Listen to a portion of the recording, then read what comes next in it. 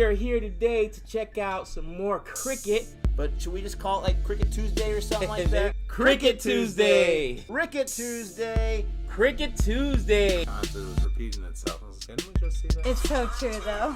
Okay, well, first of all, true. Mitch Johnson, Brett Lee, MS Dhoni, with all that boring stuff out of the way, this is a very important, momentous occasion.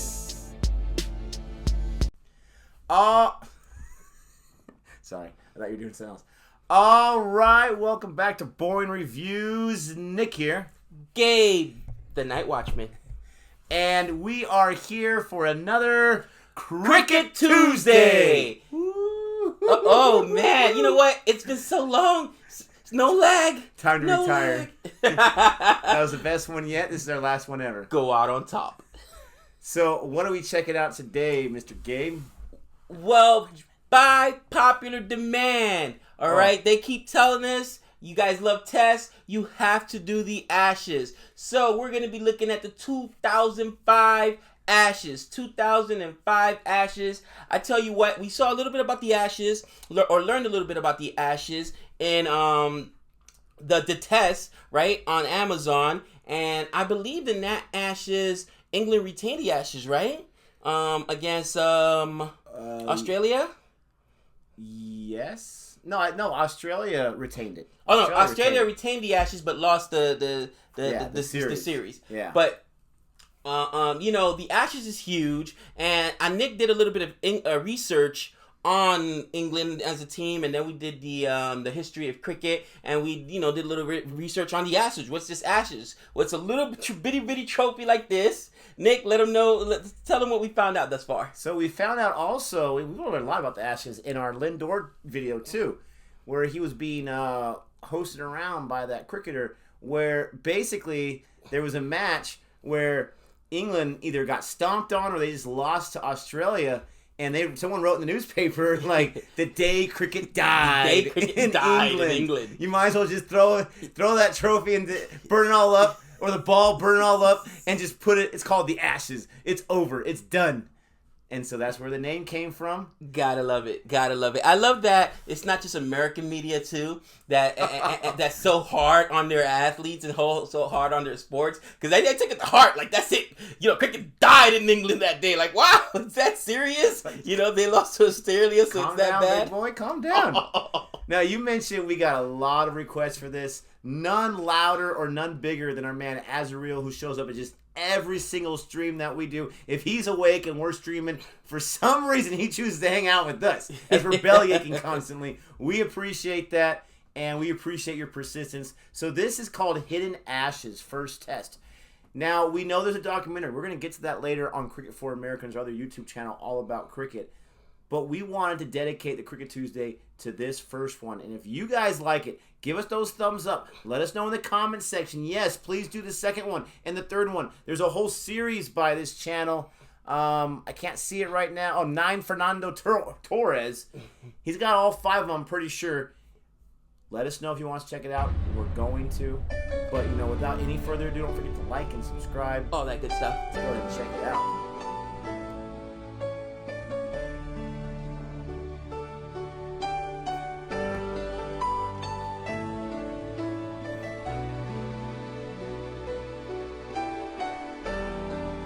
Faces of warriors. Now, I have no idea who wins this Ashes. Hidden Ashes. I've never seen any of those. Hello players. and welcome to Hidden Ashes, the DVD with a difference, as we review the historic events of the summer of 2005 through previously unseen images and camera angles. When we covered the summer for Channel 4, we did so with every ball recorded from 10 different angles. Yup, that is 10 different viewpoints of literally every run and every wicket, the majority of which haven't been seen before.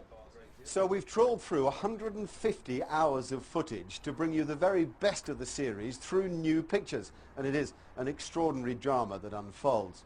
Let's take you back to Thursday the 21st of July. And remember, England haven't beaten Australia at Lord's for 75 years. What? Holy cow! Wow. Is that right? 75 The teams were years. at full strength. Though Australia won the toss and batted, England made their intentions clear from the second ball of the match. Oh! You know the West Indies from the 1970s. Oh, headhunter. Oh, just rub some dirt on it, brother. Look at that welt. Oh! That's the line from Hogarth. Bowled out. Perfect delivery, swinging in.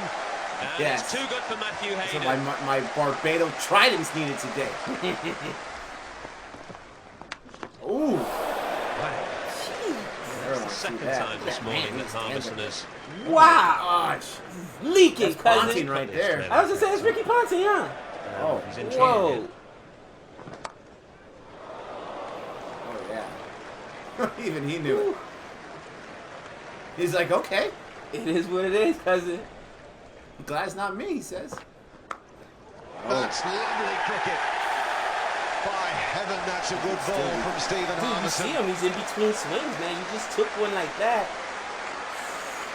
Wow. You're thinking about preservation Oh! there. Oh! JL, baby. Oh, Oh. no. Can of corn. Can of corn. He's caught. Oh, JL. Hey, he caught it. He caught it. Freddie Flintoff has Obviously, his first Campbell Ashes didn't, wicket. obviously Oh, Campbell didn't watch it this is. video. He didn't go to the Campbell School of Catching. JL. Gone. Simon Jones This one strikes shows the first score. one. I think it's the contest. Damien Martin is caught at the wicket. I've been bowling.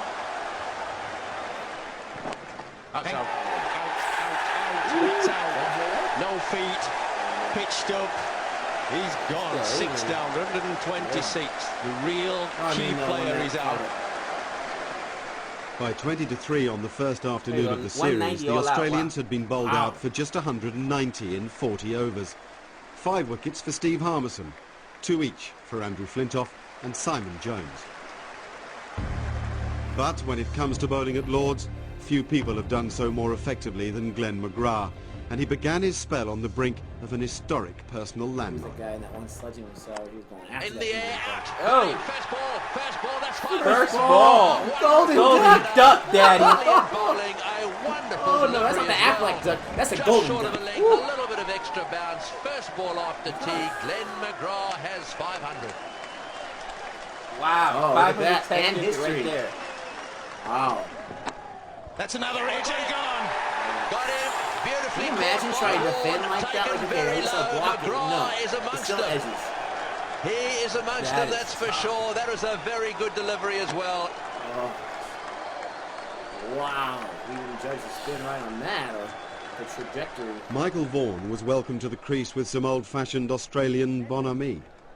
Ricky Ponting was objecting to the way England had repeatedly shied at the stumps in Australia's first innings. It does Vaughan not get wasn't at the anything. crease long enough to make a meaningful response. Oh. Very best. Oh. Vaughan fought. Oh, there and goes that fought, but He man. couldn't keep out the McGrath. master. Holy cow.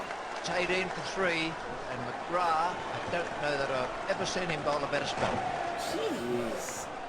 That is the worst defense. Oh, he's Whenever so they good. jump in the air like that. Glenn McGrath is You know, so, on the West so Indies. good. Not Campbell. They talk about hitting the top of off stump. Hook does that, and it drives Something me you crazy. learn as a child and you want to carry it through your whole career. This guy is still doing Just it. the bails. That is number It just took the 503, bails. and They Ian hit the Bell is the stumps. victim. Oh, Flintoff's Oh, gone there's that too. sound, Gabe. Oh, I love This that is sound. brilliant. 5 for McGrath. And Flintoff also is making look like the ball kept a little low. The fact is it's gun barrel straight That was not and a doing good enough shot. off the seam. True brilliance from Glenn He didn't know McGrath. it. He was confused. England in ruins, 21 for 5. Wow. McGrath's figures at this point 5 for 7 in 8 overs. 21 for 5. At the height of the carnage, the new boy arrived. Kevin Peterson or Graham Thorpe was the big call for the selectors before the series began. Oh, boy, I've heard about Peterson always knew they'd made the right choice. A big hit. Ah. that. Is that Pollard out there? Oh, no. Get him out of here. He's batting Oh. like Say it. goodnight. Go hold that, cousin. Oh. Peterson's buccaneering half-century helped repair some of the early damage, great name. and England reached 155. Oh. Look at But that. for all his brilliance with the bat, Jeez. Peterson was having trouble in the field. 155 all out. He dropped 2 in the first innings, and now with Australia 139 for 3 and leading by 174, he put down Michael Clarke. Oh. The That's match the was highlight he quite was literally watching. He dropped falling the from ashes, England's grasp. looking like Campbell there. Come on now. Way to go.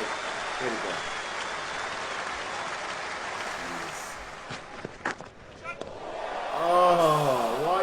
You know, two hands work just as good as one.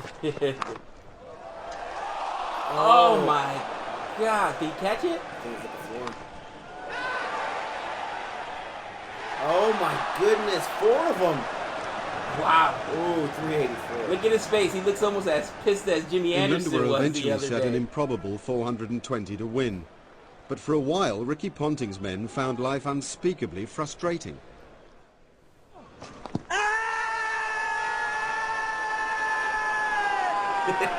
Yes, the appeal. Oh, the appeal. That was a classic appeal right there.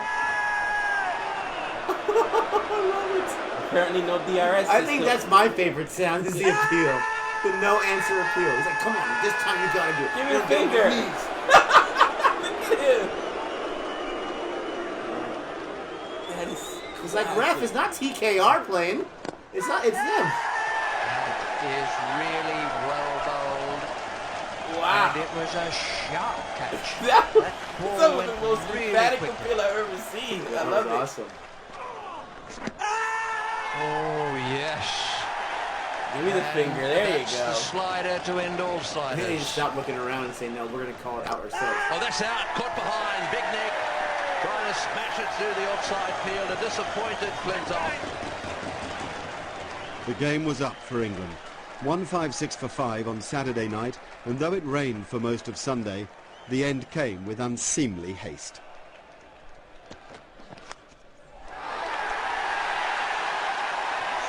McGrath has picked up another wicket. 4 each for McGrath and Warren. The Australians have won this opening test match. 239 runs. And Wow. an excellent performance from the Australian team. Spanking right there. That's them arriving saying, yep, we're 9 here. wickets for McGrath, 6 for Warne. The Ashes of 2005 had already turned into the same old story.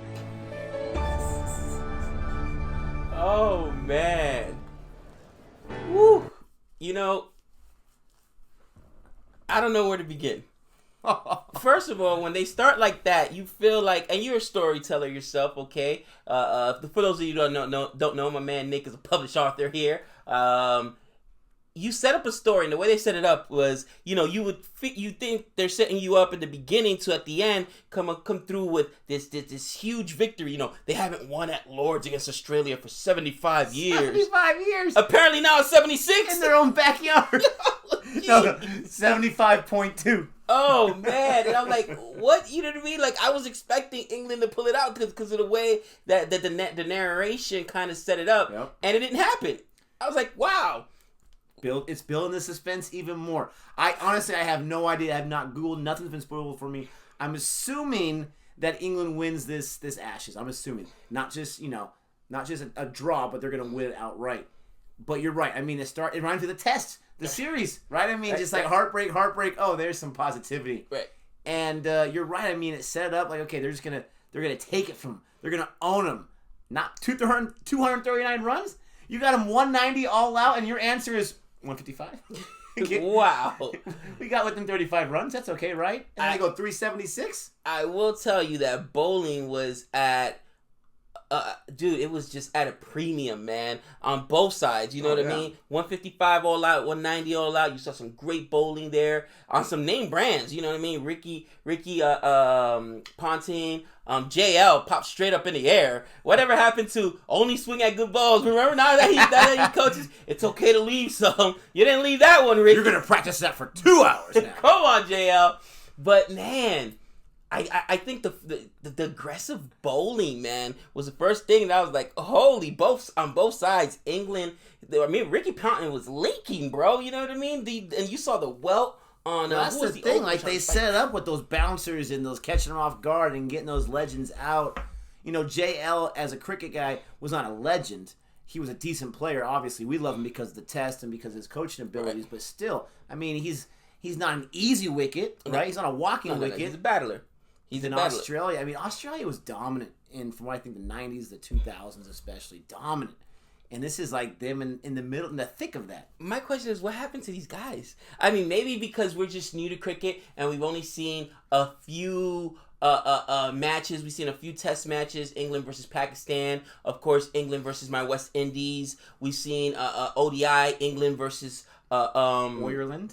Let me say it the correct way. Ireland. Seen some T20. But you see guys, I mean, other than Archer, who do you really see go out there with mean intentions like that? You know, just throwing them nasty bouncers up there, trying to take the dude's head off. And you're like, oh my God. My boy Gabriel on the West Indies, he's probably the best, but he's injured most of the time, you know what I mean? Either that or he's got no balls. Oh, yeah, or he's bowling no balls. But, you know, like that to me, man... it's funny how everything is just perspective. And again, the narrative and the test, I hated Archer because he came out on that series and just when Australia was doing good, he lit Steve Smith up. But that just shows you how that's part of the history. And after watching Fire in Babylon, the documentary about the Four Horsemen, understanding how Australia was notorious for hitting people and it was part of the game and it was part of intimidating players and throwing those nasty Yorkers and bouncers up there. Now I love that part of the game and you hardly ever see it. I mean, when's the last time you saw somebody wear one like that, man? Not just that, but to change the pace of the match. I haven't seen it all in the 2 T20 matches I've seen so far. Haven't seen it all in the 3 ODI matches I've seen so far. We've seen it sometimes with Archer, but not like that's a great point. We don't really see it too much. But you can't tell me it doesn't make you think twice. You can't tell me it's not going to make you, you know, in baseball we call tighten up your stance or choke up on the bat or whatever, be a little more protective, a little more conservative. This, I like you know, obviously it's got some music. It's like a mini documentary. They said it's a DVD. And so this guy's taking it in 5 parts or whatever. I like the way it's going. It's interesting how 2005, they're talking about the 10 cameras or whatever. This is just 15 years ago. How you can easily notice the quality of video just from 2005. Way different. I mean, it was way better than like 1990 or something like that.